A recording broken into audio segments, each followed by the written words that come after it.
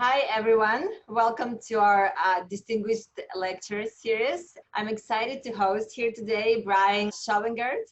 Brian is an affiliate assistant professor of mechanical engineering at the UW, part of Human Photonics Lab. He's also the co-founder and chief science and experience officer of Magic Leap. Huge thanks to Brian and Magic Leap for shipping devices to students of the VR capstone this quarter. This is hugely appreciated. We couldn't have done it without you, so a big shout out about that. Brian did his undergrad at UC Davis, majoring in psychology, philosophy, and German. How did you end up in VR and AR? His PhD is from the UW in psychology, cognition, and perception, where he was in the famous HEAT lab at the UW, working on display system design, optical engineering for MR and VR systems, going through all the interesting changes that happen in MR and VR and being a big part of it. Thank you so much for coming in, Brian. Can't wait to hear your talk. Sounds like it's going to be related to displays, experiences, and human perception in MR. Go ahead and take it away. Okay.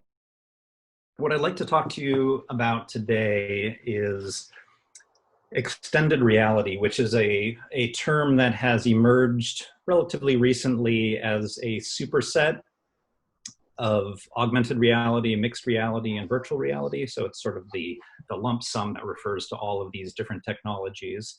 And I'll talk a little bit about what I see as the use cases, the key use cases for each of these technology variants, and some design considerations, especially anticipating the needs of a software engineer for these different AR, MR, and VR systems. So thanks for the kind introduction, Ira. My initial entry into the field was as an undergrad. I was very enamored of virtual reality. This was during the first VR boom. And I became very interested in VR as an artistic medium. The idea that one could create vast landscapes, architectural designs, and so on, without having to actually buy all of the marble to create large edifices and so on. Then I drifted a little bit away from VR for a while and focused on graduate work in neurobiology, sensory processes, and perception, and realized that I had unwittingly prepared myself to get back into the AR, VR field by leveraging what we know about the human visual system to help engineer better interfaces and better displays for AR and VR systems. Okay, so I'd like to talk about a number of things today. And I think it's useful to start out by clarifying the terms, XR, AR, MR, and VR, how those terms are being used today. And then I will transition to talking about some of the most common extended reality systems that are currently in use today. A little bit about why there's a large field of view difference between mixed reality and virtual reality systems. And then I'll spend a little bit of time talking about particular clusters of technologies, typical virtual reality headsets and their use cases, mixed reality as a superset of what we call augmented reality, as well as video pass-through mixed reality and head-tracked mixed reality systems. And then as time permits, I may wrap with a little bit more of a delve into some of the considerations of the human perceptual systems and sensory processes on XR. Okay, so I'll start with a taxonomy that's inspired by Milgram from his 1994 work. Milgram posited a reality-virtuality continuum in which reality is represented on one end of the continuum with no digital overlays, no augmentations. And at the other end of the continuum, we have full-blown virtual reality in which the real world is completely invisible to the user and only digital objects can be seen. And there are a number of points along this continuum. We commonly talk about some discrete points along this continuum, one of which is augmented reality. And the concept with augmented reality is that predominantly what the user sees is the unmediated view of the real world, but overlaid in a relatively small portion of the visual field, we have some digital information that's been overlaid. Further along the spectrum is what Milgram refers to as augmented virtuality. So this is a system in which predominantly the user is looking at a VR immersive fantasy world, but some elements of the real world are captured and introduced into that virtual world. So in this case, for instance, in the spatial application as run on a VR headset, a video stream might be imported into that VR landscape. And then finally, we have a number of systems that are typically called mixed reality today that involve about a 50-50 blend of the real world and the virtual world. This is a content-centric view of this continuum of AR, MR, and VR systems. I think it's also useful to look at this from a hardware-centric point of view. So, well, stepping back to this slide here, it's important to realize that there is a pretty substantial qualitative difference between viewing the real world directly in an optically transparent system in which I can directly view objects in the real world.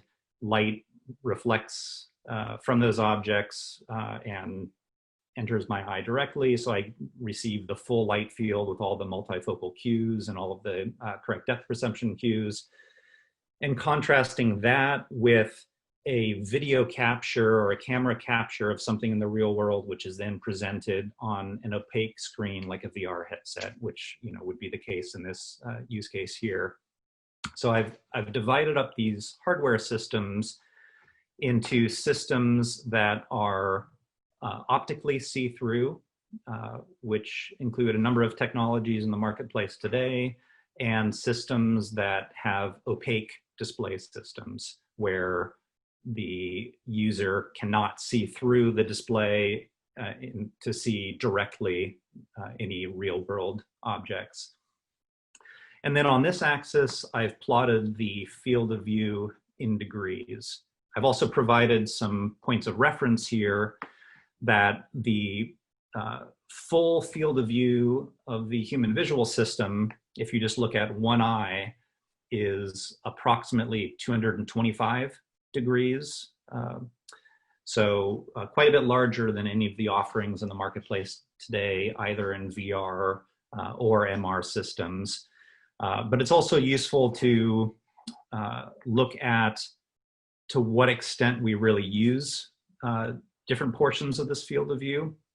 So while the entire field of view is about 225 degrees, the region that we can actually look directly at, that we can point the center of our eyes at, that have the highest resolution, is comparatively smaller, about 172 degrees field of view.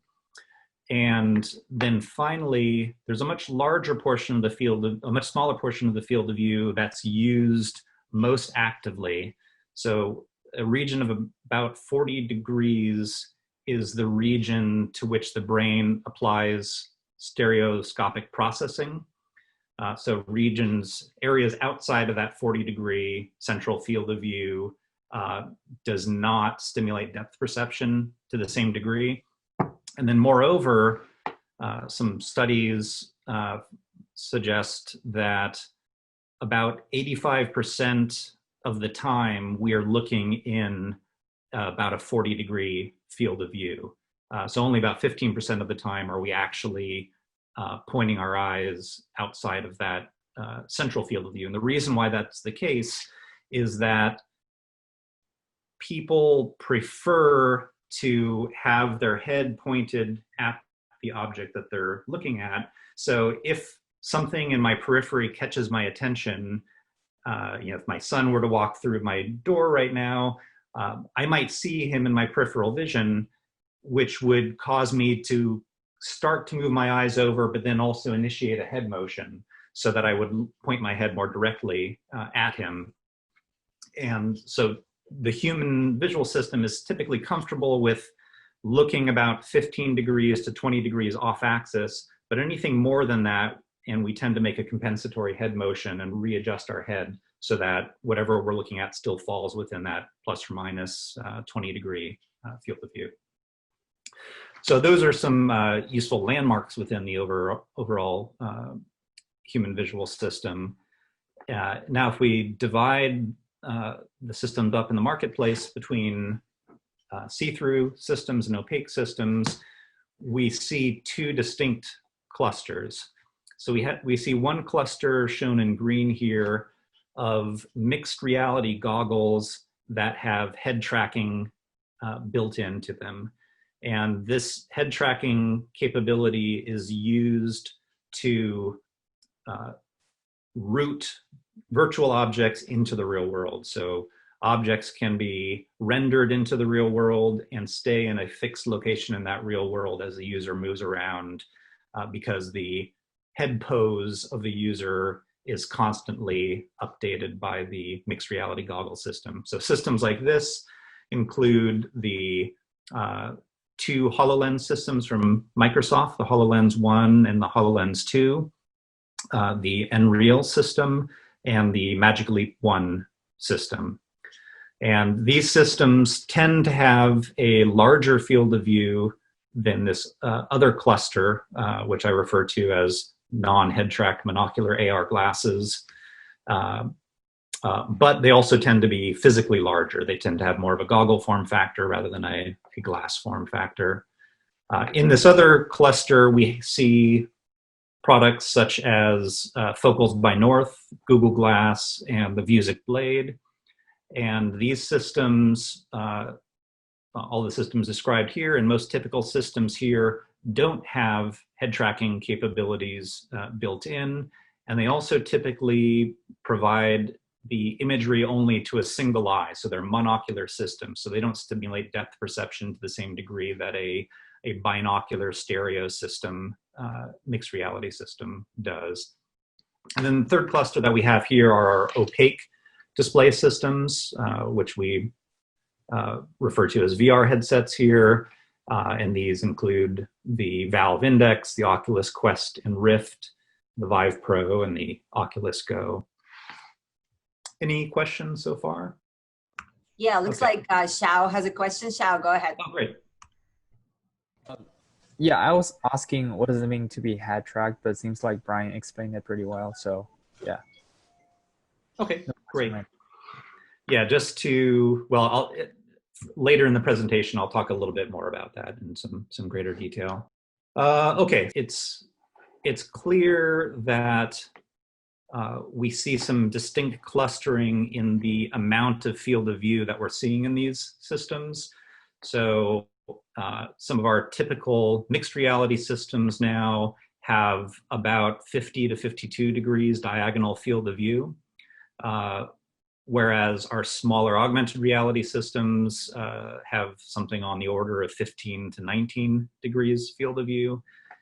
Meanwhile, we have VR headsets that can provide somewhere between 100 and 130 degrees field of view, depending, of course, on how well the headset fits to the individual user. So why is there this large difference in field of view between our see-through display systems and opaque display systems? So if we look here at the total field of view of the user, and in this case, I'm just showing the vertical field of view. So this yellow region shows the total field of view if the head is kept still, but the eyes are allowed to rotate in their sockets all the way up and all the way down. The light green region shows the range of fixation. So these are the areas that I can point the center of my eyeball at, my high resolution fovea of my retina. And then in green here, I've shown this plus or minus 15-degree range, which is where people tend to spend about 85% of the time actually looking. And superimposed over this, I will show a cartoon of a typical VR optical configuration. So in this case, I've illustrated a vertical field of view of about 60 degrees, just for ease of illustration. And light is emitted from this orange display panel, and that display panel is filled with a number of point sources of light that emit light in all directions. So you have a cone of light that's emitted from this display panel, which then has to be focused at some farther distance, typically collimated so that the image is far in the distance. And that is typically performed by a magnifier lens that's placed in between the eye and the panel. And you can see that I've scaled the size of this cartoon lens system and the display panel such that it all fits within this fan out of a 60-degree field of view. And if I were to make these elements smaller, then I wouldn't be able to represent rays that are coming from the top or the bottom of the field of view. So this is reasonably straightforward, and you can see that it roughly matches kind of the shape of a VR headset. In a transparent system, on the other hand, we need to be able to see the real world directly. So we need an unobstructed, optically see-through system. And one of the relatively simple ways to accomplish that, which I'll illustrate here, is to use a beam splitter, typically a half-silvered mirror that is placed at a 45-degree angle in front of the eye, such that the eye can get half of its light from the real world, just passing right through that beam splitter, and half of the light is coming from the reflected image from the display system. And I've kept all of the fields of view the same here, 60 degrees field of view, but you can see the obvious consequence that if you follow these rays out to the beam splitter here, and their reflection out orthogonal to the main axis of viewing, you can see that the lens has to grow substantially to be able to extend across that entire field of view, as does the display panel. And you can see that to create a 60-degree field of view in this very simple configuration, you would have to embed the lens and the display panel into the forehead of the user. So there's a mechanical interference between the forehead and the user. Now, of course, the optical designer can use some other tricks, such as leaning the beam splitter out a little bit to try to move these lenses further away from the forehead, but that then increases the size of the beam splitter necessary. And this also doesn't show some of the other approaches, such as curving the beam splitter itself, turning it into a lens, or using a waveguide-based system, such as the system that Magic Leap uses and Microsoft HoloLens uses. But you can see that it's considerably more difficult to be able to achieve a large field of view while simultaneously allowing a clear pass-through. Okay, so let's transition to talking a little bit about virtual reality, and I'll start with VR because I think those are the systems that most people have the most experience with and have the most well-developed intuitions about. So virtual reality systems, as we've mentioned, are opaque display systems. So the real world is not visible to the user. These systems, as we've discussed, have a larger field of view compared with mixed reality systems, which increases the sense of immersion in users of VR systems. One challenge that's present with VR systems, however, is motion sickness, which can be particularly problematic if the head tracking system has a large latency. So if the end-to-end latency, what we often refer to as motion to photon latency, so that's from the time at which a head motion has been detected to the time that new photons are being spit out of the display panel and being served up to the eyeball. If that latency is too large, then there can be a significant mismatch between what my inner ear is telling me my head is doing versus what my eyeballs are telling me my head is doing. This can also be a challenge if head pose prediction underperforms in some way. So a typical approach to minimize total motion to photon latency is to try to estimate where the head is going to be at some point in the future rather than just measuring where the head is right now. And in some cases, the system may make an incorrect prediction about where the head is going to be. And in that case, there can be a fairly large discrepancy between what the inner ear is telling your perceptual system and your visual system. And then finally, the other primary challenge can be if the application that the software developer authors uses the controller to move the user's avatar through the environment rather than requiring the user to physically walk that distance in the real world. So I think a lot of average consumers outside of the field have a mental image of virtual reality in which they picture running through vast fantasy landscapes, traversing really large distances, and typically using something like a handheld controller with a joystick or a D-pad to run through that system. But as we'll talk about in the next couple of slides, that isn't a very good idea from the standpoint of the human sensory system. So a little bit more detail on motion sickness in virtual reality. The brain expects the inner ear and the eyes to agree on the direction of head motion. And when it doesn't, and a common example that I think many people have experienced is seasickness, then we become nauseated and might throw up.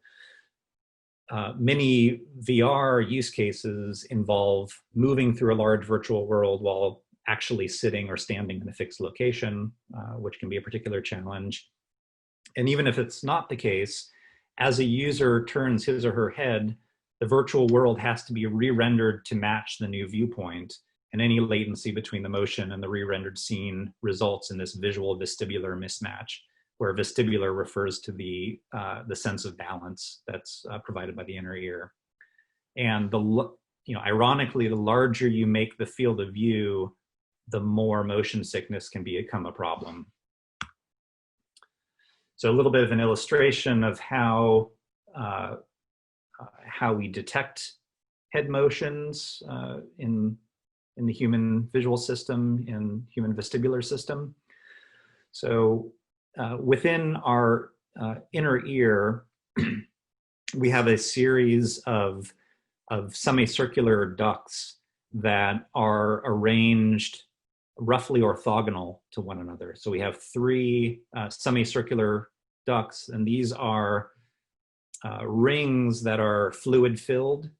And if you move your head, shaking it back and forth, for instance, then you will set up, due to inertia in the fluid within those semicircular ducts, that fluid is going to lag the motion of the wall around it, in the same way that if you took a glass of water and twisted it like this, the fluid would lag the motion of the outside of the cup. So you end up setting up currents within the semicircular ducts when you move your head back and forth, and the three semicircular ducts are arranged orthogonally so you can detect motions in orthogonal axes to detect yaw, pitch, and roll.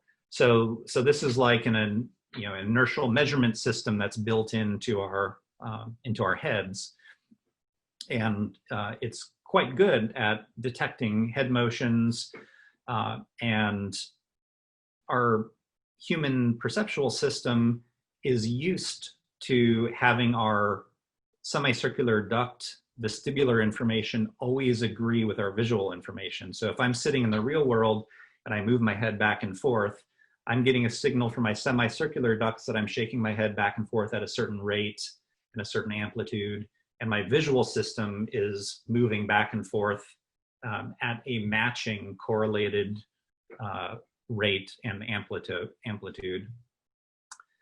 You can break this relationship, however, if you go on a cruise ship, for instance. So if you go on a cruise ship and you have a cabin that may not have a window in it, for instance, then you can have a situation where the boat is rocking back and forth and your inner ear is feeling this motion, seeing how you're moving back and forth, but your visual system, because the cabin is moving at the same rate that you're moving, then your visual system is telling you that you're staying absolutely still.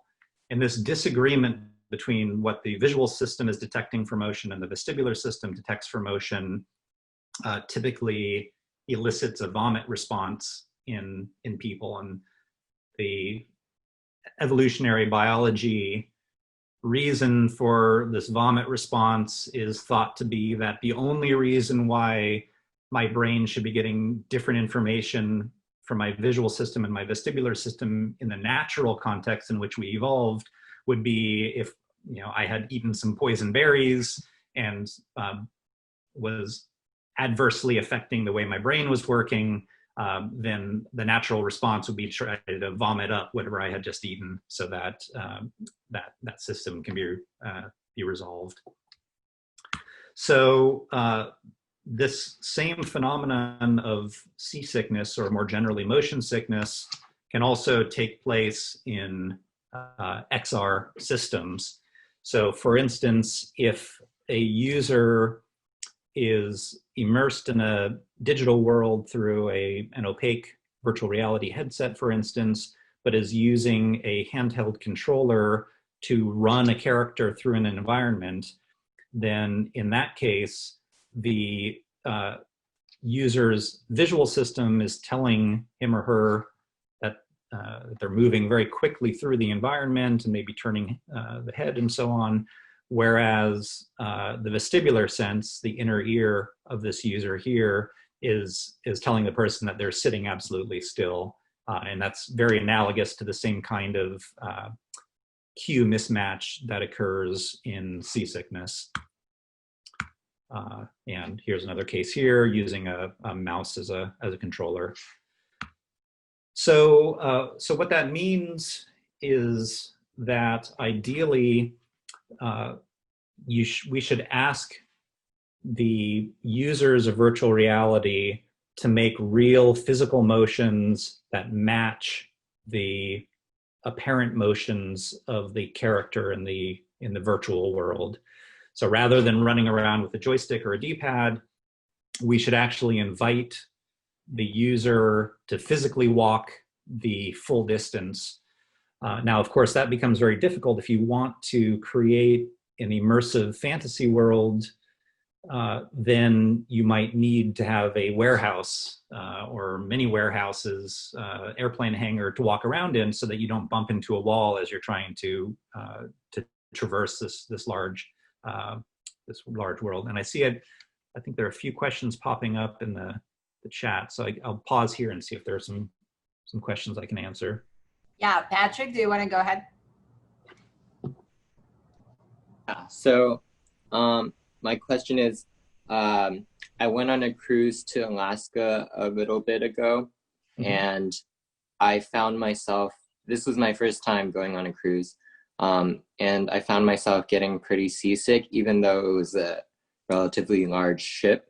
And especially the dissonance that you talked about makes sense when your sight doesn't match up with your vestibular system.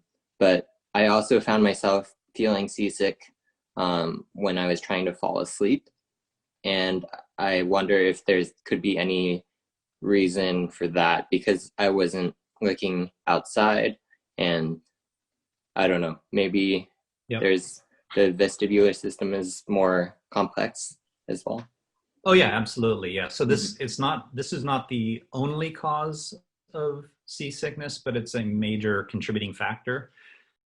So there's a lot of individual variation between people. So some people will have their seasickness completely resolved if they look at the horizon. So a typical piece of advice for somebody on a cruise is to get above decks and be able to look off at the horizon, because the horizon will reflect the same motion that the vestibular system is experiencing. And for a large proportion of people, that will largely resolve the seasickness. But then there are also people who are just unaccustomed to having this sort of rhythmic sloshing back and forth, independent of what's going on with the visual system. Just having the vestibular system experiencing this cyclic back and forth sloshing is unnatural enough that the user has the same kind of vomit response. Got it. Thank you so much. I wish I knew that advice. Yeah. Yeah. Yeah, and that's why the cruise ships that have windows, the cabins that have windows are much more expensive than the cabins that are on the inside of the ship. Okay, were there some other questions in the chat? Yeah, I'm curious, how does the frame rate or how fast things move, either in like mixed reality or on a flat screen, will affect users' motion sickness? Yeah, the frame rate does have an effect. So the frame rate is interacts with the motion to latency phenomenon. So if your frame rate is particularly low, then the time that you have to present a new viewpoint to the user quickly enough is that duration is extended. So if, for instance, I'm running at a very low frame rate and the system detects a head motion that I am now facing in another direction, but I have to wait 32 milliseconds before I can start spinning out new photons, then that can become a significant issue. The way that headset developers try to mitigate that issue, and it can be fairly successful, is to use predictive head pose. So creating essentially a model not just of where the user is looking right now, according to the IMU, the inertial measurement unit, but using the vector of motion to predict where the user is going to be at that next point in time. So it's not hypercritical to have an insanely high frame rate if your head pose prediction is fairly well performing. Any other questions at this point? Yeah, I have one more question. So I remember you were talking about when the user will get motion sickness when they're controlling their motions through a controller or a keyboard, right? So I wonder if the user, instead of like moving, but they do teleporting in the VR system, which is like usually really common, Yes. will they still get motion sickness? Because in that case, their eye is not processing like a continuous change in their position, right? It's just like suddenly everything just changed. That's right. Yes, that's exactly why teleportation has become such a common approach within VR software systems. It's for this reason that initially there was some exploration with physically running by using a D-pad or a joystick to run through the system, and that was making people quite sick. But being able to instantly teleport to a new zone, it's a little bit disorienting because you're suddenly flashed into a new location, but it's much less disorienting and much less nausea-inducing than running through a system. So yeah, that's definitely a key recommendation for those systems. Cool, thanks. Yeah.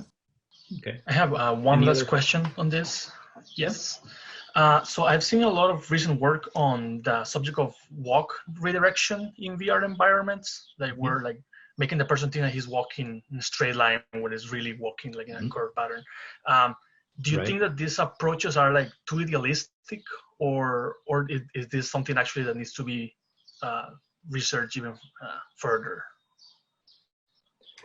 So I think that redirected walking is a very interesting area, and I think it can be used to good effect. I think it's still an active area of development to figure out how to sort of optimize around it. But the general approach is that, just for folks that might not be as familiar with it, is if I have a room that's of a given size, like let's say I designate a room in my house to be able to have VR experiences, and that room is maybe 10 feet by 12 feet wide.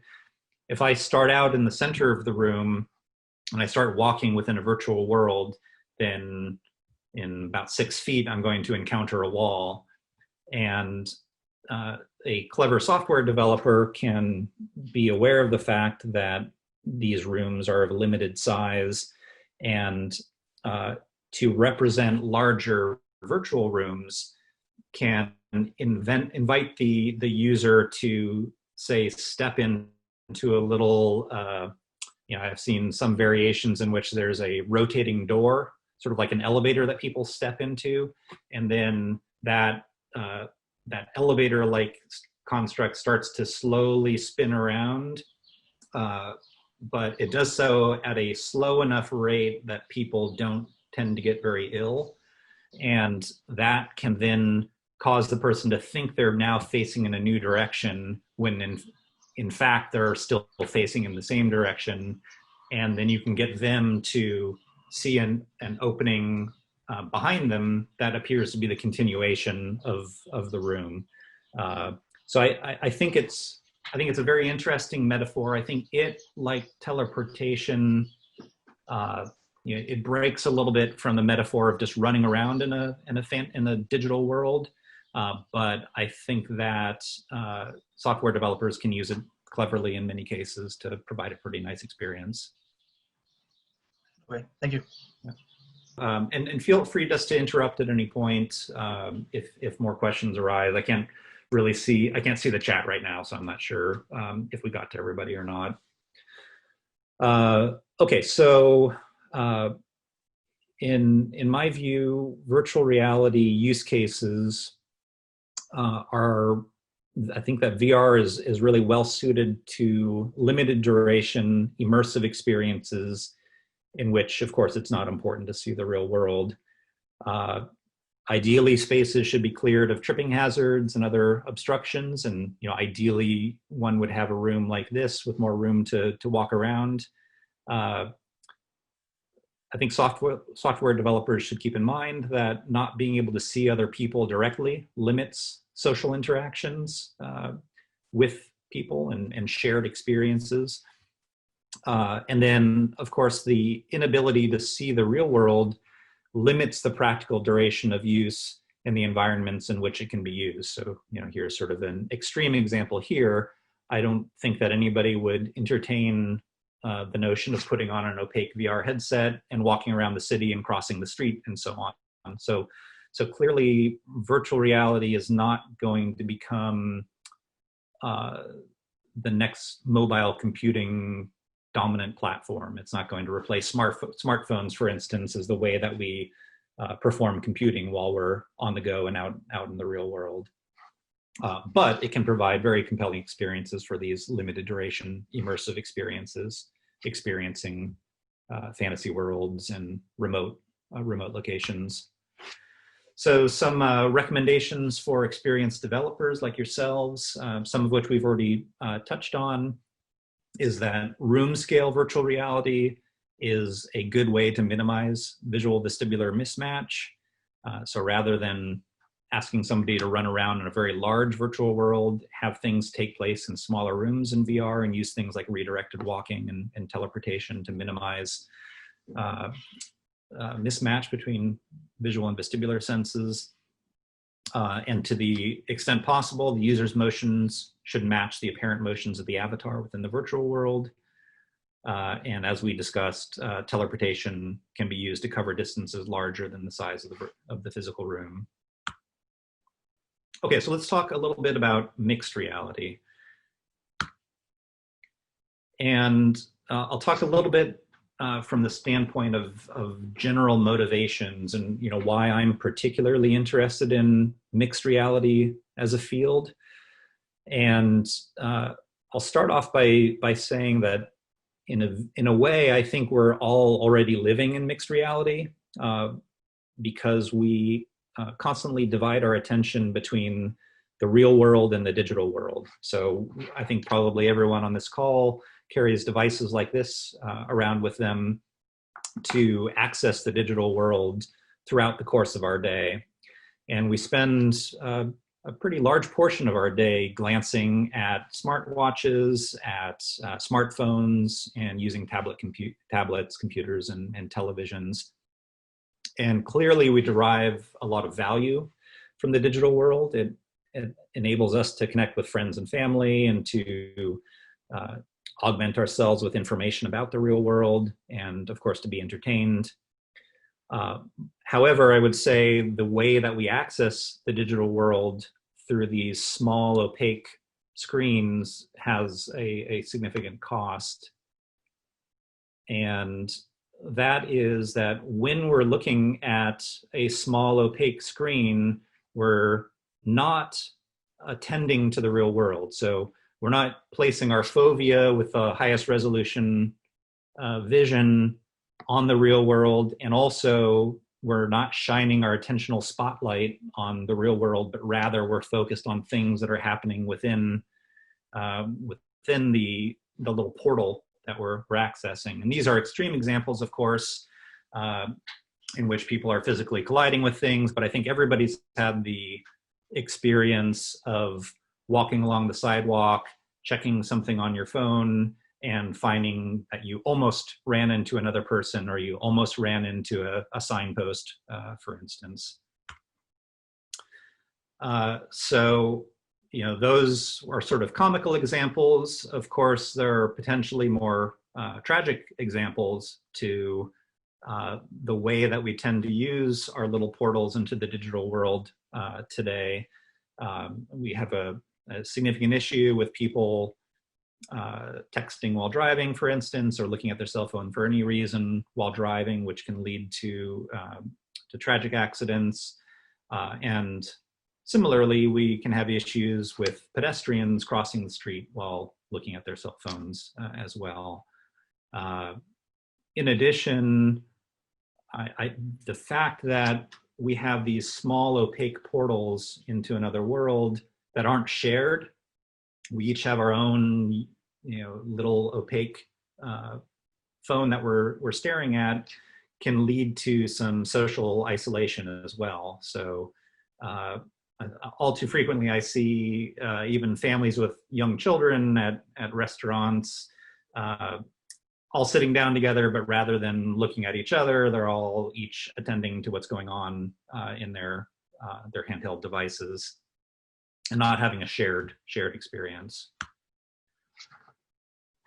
So, this is understandable. I think users want always available access to the digital world to stay connected to others and augment their capabilities. So they carry smartphones with them everywhere. And there's this tension between the desire for a large screen to view content well and a portable form factor. And as we discussed, connecting to this digital content through a smartphone means staring at a small opaque screen, which decreases our ability to pay attention to our physical surroundings and creates social isolation from others, and also can pose a significant safety issue. I think there's another aspect that comes into play here. So there's the Greek myth of Pandora, who was given a box by Zeus and told, whatever you do, don't open this. And of course, eventually, temptation became too large, and she did open it and let out all the furies into the world. The notion of a Pandora's box now can be used to describe anything that you kind of open up and you can't get things back in again. It becomes all consuming. And I think it's interesting to think of the smartphone as a portal to the digital world, acting as a Pandora's box of sorts. And what I mean by that is that when I pull out my phone, I use this phone for a number of different activities, one of which is just telling the time. I often don't wear a watch. So I will often throughout the course of the day pick up my phone to check out what time it is. When I do that, I may be presented with a number of notifications on my screen that show me that I've missed a call from somebody, that I have a text message that I didn't see, that I have a meeting coming up. So that can then tempt me to open up the device and check those notifications, check my email, maybe return a phone call, maybe pop onto social media of some sort if I see a notification there. So what started out as a short duration activity of checking the time ended up turning into a much larger time investment and further drawing my attention away from the real world. Okay, so let's talk a little bit about see-through head-tracked mixed reality and why I think that this offers a better path compared to the current paradigm of using smartphones for all of our mobile computing needs. So as optically see-through mixed reality systems shrink, we're going to be able to increasingly access digital content wherever we go on these glasses-based systems. And because these systems have head tracking, and that allows us to anchor digital content into the real world. So if I have a little virtual kitten that's running around on my table here, if I get up and move around, the virtual kitten stays on the same location in the table. That ability to place virtual objects in the world in an integrated way where I always know where they're going to be allows me to better switch my attention between real objects and the virtual object. So for instance, if we talked a little bit about the example of checking time on a smartphone device, if I pick up my smartphone device to check the time, there's a pretty good chance that I'm going to suck my attention away from what's going on in the real world and spend a little time with that device. However, if I have a clock mounted on the wall, let's say a real clock in my real room mounted on the wall, I can glance at that clock at any point and see what time it is without feeling like it's a constant distraction that always pulls me away from my social interactions and the work that I'm performing. So similarly, if we can create a digital version of a clock that's always in the same location on the wall all day, every day, then I am more able to switch my attention back and forth between the clock on the wall, which in this case is virtual, and a real object, or say a person that I'm speaking with. In addition, digital content can be shared with other people in our space so that we can have shared experiences rather than socially isolating singular experiences. And because we're placing all of the optics in the display close to the eye, we can squeeze in a larger field of view than can be provided on a smartphone in a small form factor of glasses. So talking specifically about head-tracked mixed reality, again, it allows the seamless integration of digital objects into the real world.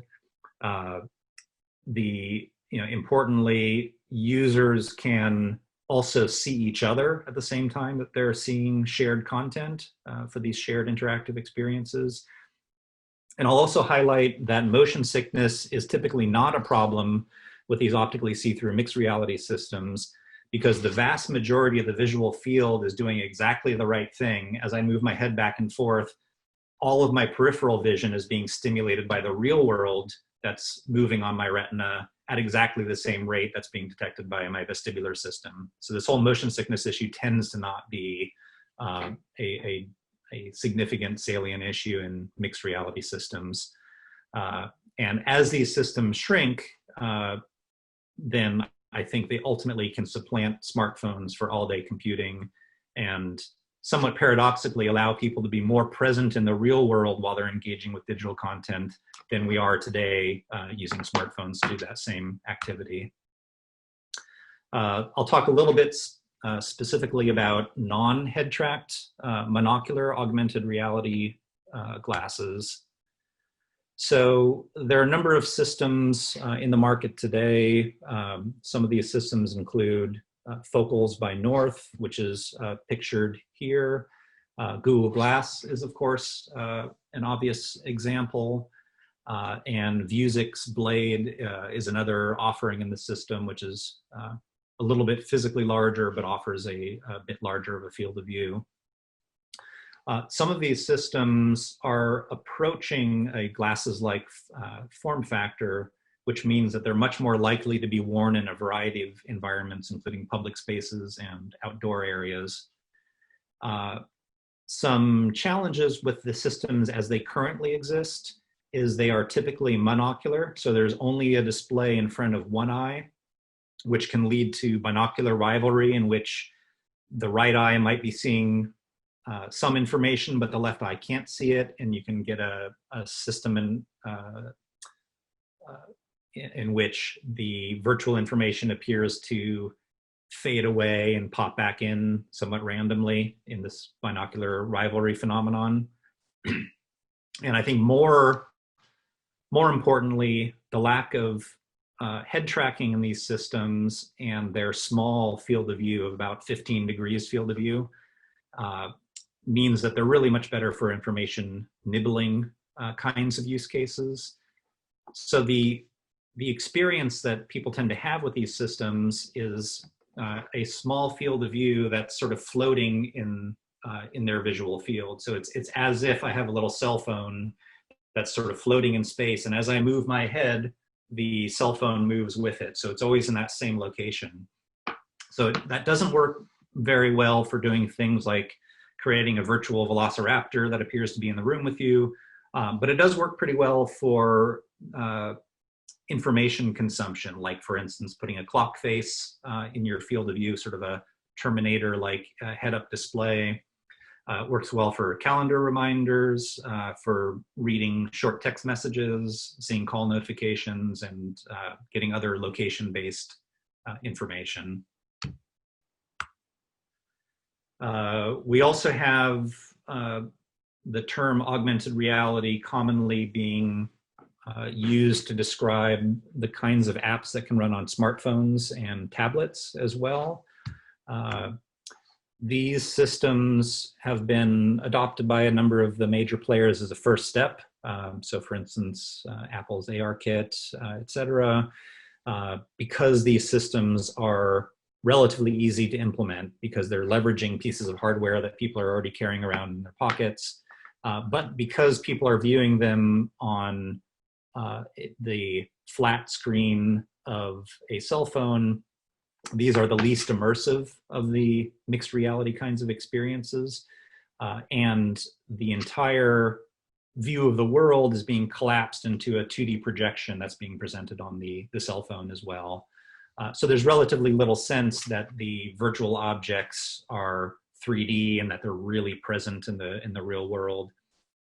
And there's very little sense of depth perception that's stimulated. Really only pictorial depth cues and motion parallax are supported. But an advantage of these systems is that virtual objects can easily block the view of real world objects, which is not the case with optically see-through mixed reality systems, which often have a somewhat ghostly-like appearance, and they can't completely physically block another object unless they're very bright. And then as a final variation, I'll talk here about video pass-through mixed reality on opaque VR headsets. So in this case, I'm using mixed reality just from the standpoint of content rather than from the hardware itself. So these are non-see-through systems that are capturing the real world with forward-facing cameras.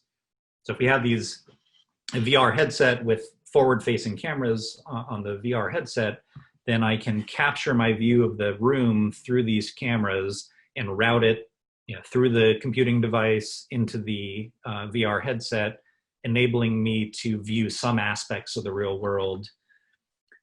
Some advantages to this approach for mixed reality is we can leverage the much larger field of view that is more easily obtained in virtual reality headset optical configurations.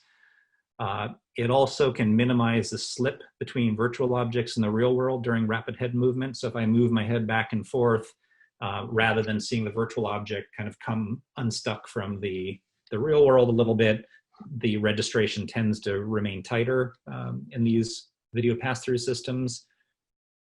And similar to the smartphone-based augmented reality, it enables the rendering of realistic occlusion cues. So a virtual object can appear to physically block my view of a real object because the real object is not actually real. It's a captured view of the object that's then presented on the VR headset. Some disadvantages to video pass-through mixed reality is that motion sickness and the visual vestibular mismatch can be a real challenge, as the entire visual field can lag vestibular cues during rapid head motions. So this is the same issue with conventional virtual reality. And then the other thing to highlight is that the real world, when viewed directly through an optically see-through system, provides better than retinal resolution. It provides perfect and complete depth cues in synchrony with user motion and interactions. Whereas if we view the real world via a camera, then we give up a lot of the fidelity of the image. So the resolution is limited by the quality of our camera optics. It's limited by the camera imager resolution. It's limited by the display panel resolution, and then in turn by the display optics used to present the light to the eye. We give up the full range of colors that can be seen in the world to collapse down to just 3 color primaries of red, green, and blue. And so our total gamut is substantially reduced.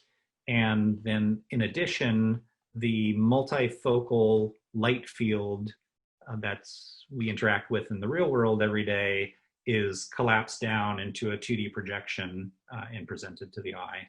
So we give up a lot when we're viewing the real world through a VR headset, which I think will limit the desire of people to leave these systems on for long periods of time and go about their day using the mediated access to reality through the camera.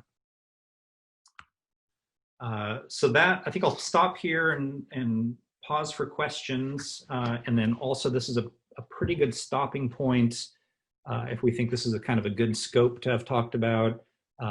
If folks would like me to go on, I can talk a little bit more about the human visual system and some considerations for general XR design, but it's a little bit more hardware centric. And I know that the folks on this call are a little bit more software focused.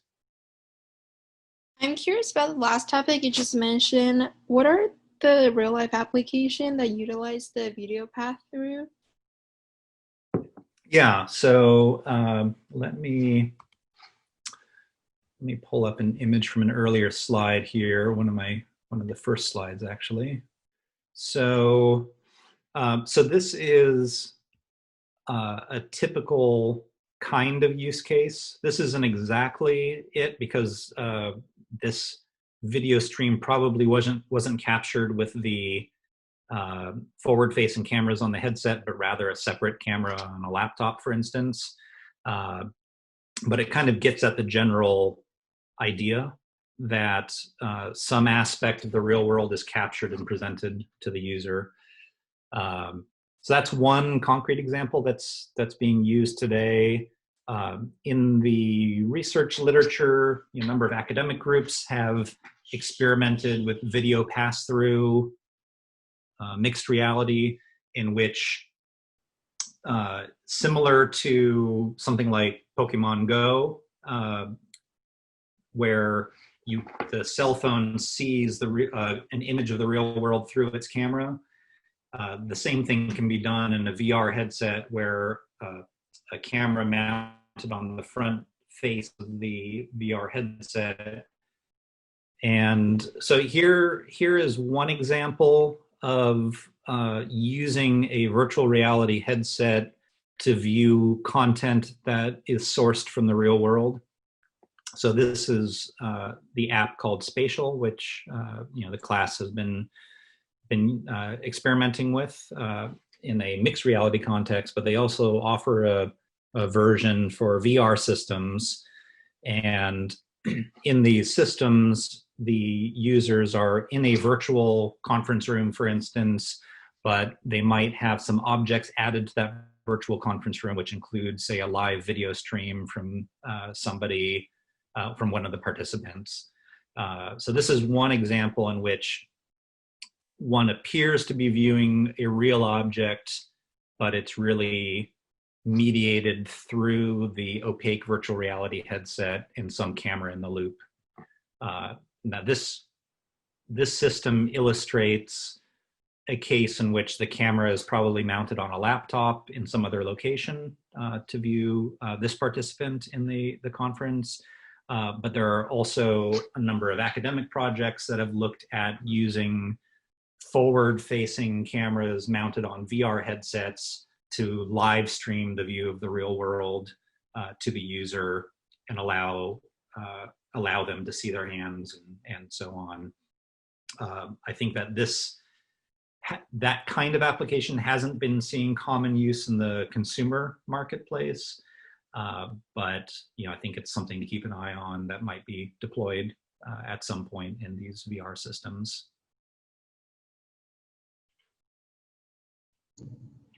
I had a question about during your portion of the future of MR, and you were drawing your analogies to like smartphone use, because that's the current most accessible portal to the digital content world, which you're now envisioning, our real world and our digital worlds, I guess, overlaying each other or being synonymous with each other. And a point that came up in my mind when you were talking was that the smartphone offers us a lot of choices. So like, for instance, sociability. Before smartphones, like let's say a house, right? You would normally take social interactions in the living room. You wouldn't be doing social interactions in your bedroom necessarily. But with the smartphone, you can be social as we've taken it in your bedroom now. And that choice may or may have positive or negative effects. I'm not going to be a judge about that. But I think some of the examples you gave reflect perhaps a potential negative way that we're choosing to interact with the digital world. So when you imagine that MR devices are small enough, are they going to maintain the choice that we have with smartphones, or do you envision it where it'll be more like the real world? Because like you don't have a choice in the stimuli of the real world, but the MR is kind of going to be somewhere in between these two. And so I was wondering if you have an idea of where that could or should be heading with this technology, because it might be that we'll be just as distracted with images all over someone's face that we're looking at, or something like that. Right. Yeah, I think those are good points, and I think that we can look at this from a number of different angles. So one angle to look at this from is, what can these systems technically provide?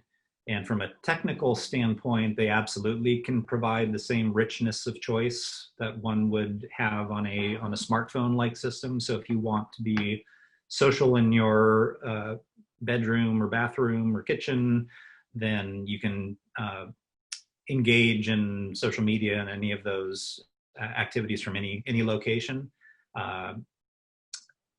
However, I think that users may may have a better overall experience if they're somewhat selective about what they choose to place where. So for instance, I could have a virtual office that I could call up at any location. So I could, for instance, have 3 large flat panel monitors that appear to be floating in front of me, and maybe a collection of notes that I've taken in sort of digital form that are beside me. And I could call that up in the bedroom as well as in my office location. But an advantage to placing that stuff in my office and leaving it there is that I'll know where everything is, and I can leverage a lot of my spatial memory. So if I made a certain set of notes and set them down 2 feet to my right on my desk surface, then if I'm in the same overall context, then I'm more likely to be able to quickly remember where I left those notes last time. So I think that as a practical matter, this will be largely driven by the end user. I think the end user will be able to override a lot of sort of system defaults and be able to access anything anywhere typically. But I think that it would be beneficial for providers of these experiences to try to provide these experiences in sort of the least attention disrupting way. Yeah, I guess I'll leave it at that. Does that kind of get at your question? Yeah, I think so. I think what you kind of exposed or responded with was that the users will you imagine the users will have the full choices they have with smartphones, but they'll naturally want to leave these virtual amenities in certain spatial locations because they would then be very much analogous to the real world because of muscle memory and that sort of thing. Yeah, that makes sense. Yeah, and I think context awareness can play a role here as well. So for instance, one of the, I think, really interesting applications of mixed reality as an overall technology is, if we look into the future when we're wearing systems that have a very subtle form factor and people feel comfortable wearing them in public, but they provide the full mixed reality experience in which content can be anchored to the world, then one of the great applications, I think, is navigation. So for instance, if I'm visiting a new city, like let's say once all this COVID shelter in place is over with, let's say I want to fly to Paris and visit the city there, I may want to navigate to some restaurant that a friend has recommended to me. And the way that I would do that today without a nice mixed reality headset is I would pull out my smartphone if I have connectivity there and load up something like Google Maps and Yelp and find the restaurant on Yelp or the French equivalent, and then pull up a map on Google Maps and look at this map as I'm walking through the city trying to find the restaurant that I'd like to get to. With a glasses-based system that is context aware, then I may only pull up a Yelp-like application once I've actually gone outside rather than being in my bedroom, for instance. And I might then be presented with the option of creating, say, a little glowing green line on the sidewalk that traces out the path that I should follow to get to the restaurant that I'm trying to get to. And that then allows me to just sort of subconsciously follow the little painted green line in the real world while not having to stare at my cell phone, but instead looking around at the nice architecture that I've never seen before, or looking at people and so on. But that kind of capability is not one that I would find very useful in my bedroom. So I don't need a little glowing green line to show me how to get to the door to my bedroom. And that's sort of one concrete example of a potential benefit of a context-aware app in which the system would know that the user has left one's home and is now in the outdoor area and it's getting around lunchtime, and it might be useful to present a navigation app possibility in that context. And I think that's one of the real powers of mixed reality is, instead of trying to tile everything I might want to do with the digital world within the real estate of this small phone through this one portal, I can actually take that content out of the portal and put it in the world somewhere and leave it there if I choose to, or I can set certain rules that content is going to appear in certain locations if certain criteria are met. I had a question, Brian, kind of building on this conversation.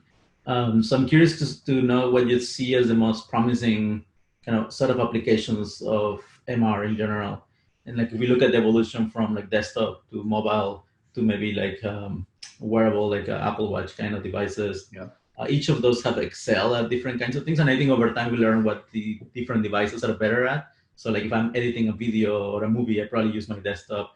If I'm socializing, kind of what James was talking about, like I'm probably using my phone. And if I'm doing fitness related things, I might use this device. But over time we evolved, or we kind of grew to learn what are the best uses of these different devices.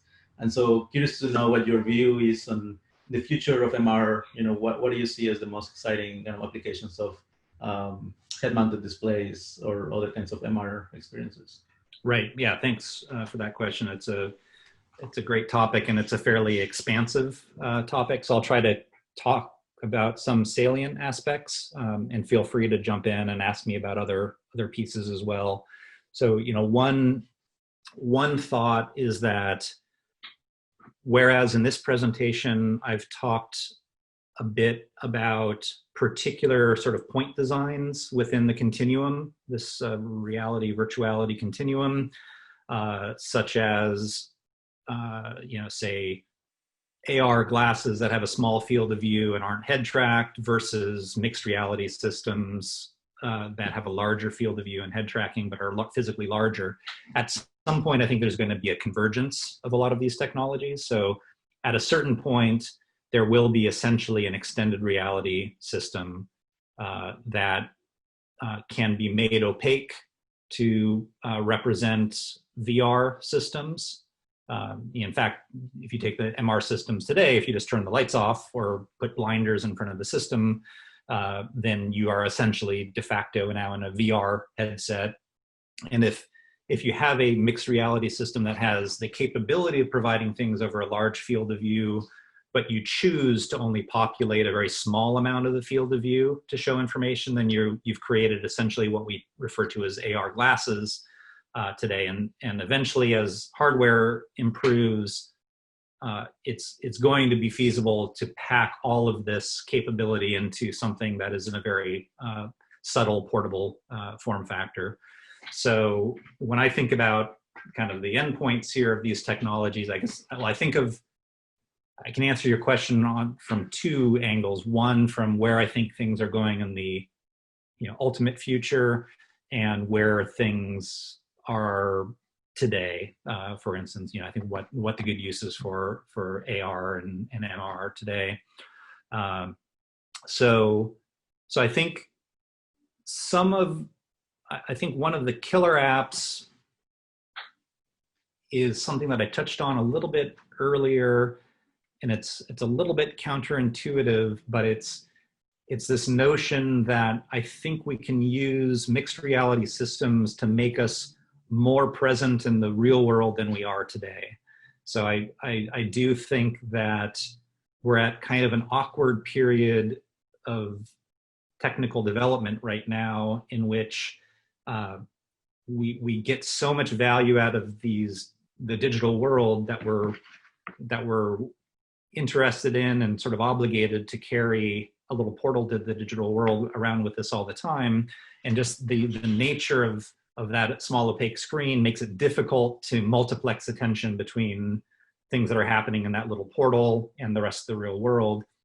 And I think that mixed reality as a general sort of killer app, if you will, provides the potential to integrate digital content into the real world in a way that isn't attention grabbing, but is information when you need it, where you need it.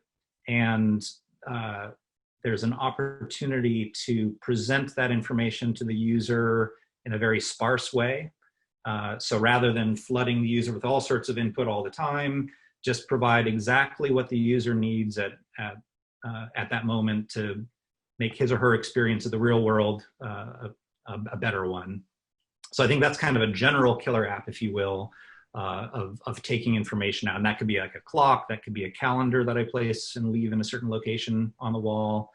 I think some of the other kinds of applications are, navigation, which is related to this phenomenon here. I think that looking at a map requires that same sort of attention switching that causes me to, if I'm looking at the map, whether that be a paper map or a map on my phone, I'm not looking at architecture and other people when I'm looking at that map. But if I'm following my friend to a location, even if that happens to be a virtual friend, or if I'm just following a little painted line on the sidewalk, then I'm better able to attend to things going on in the real world as I'm engaging with this digital content in some way.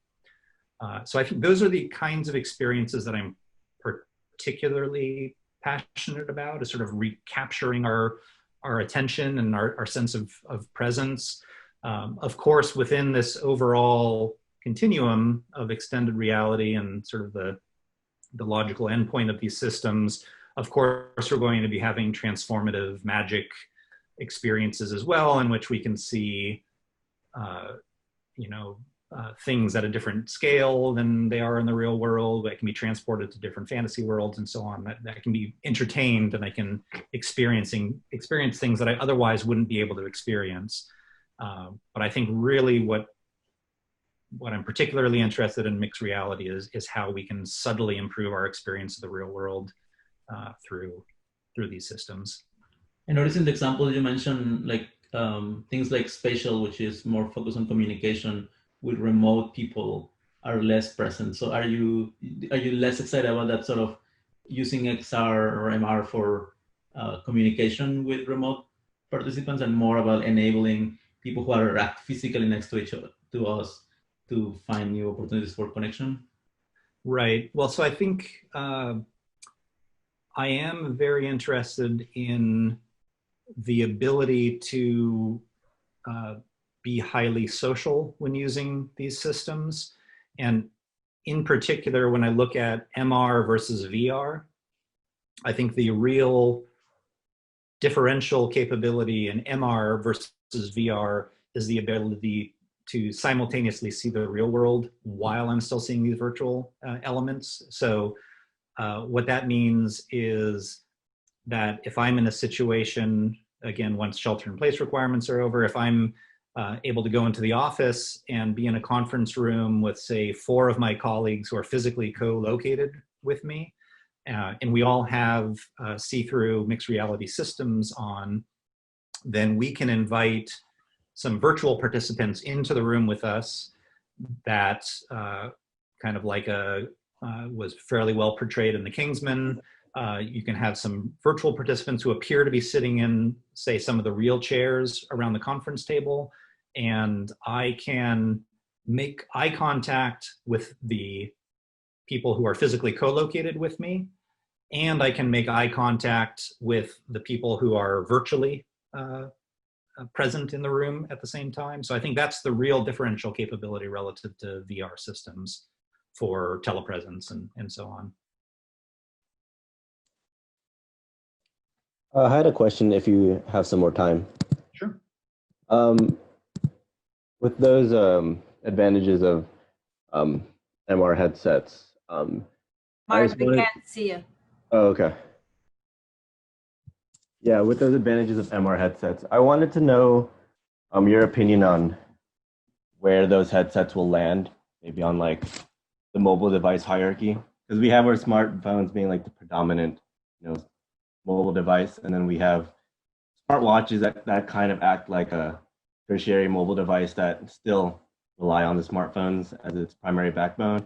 Do you see MR devices being a replacer as the main mobile device that people focus on, or as some something like a smartwatch that just augments the current capabilities of smartphones. Yeah, I think that is going to evolve over time. So I think certainly in the early days of mixed reality, sort of in the immediate future, as these systems continue to develop, it makes good sense for them to be part of an overall ecosystem. So if the world's most perfect mixed reality headset launches tomorrow, people are still going to carry their smartphones around with them for a number of years because they're highly invested in this ecosystem and they're used to how it works. And so I think there is a good opportunity to leverage that ecosystem and become part of the ecosystem rather than trying to replace it altogether. And there are some things that a handheld device like this does very well. So one is it provides tactile feedback.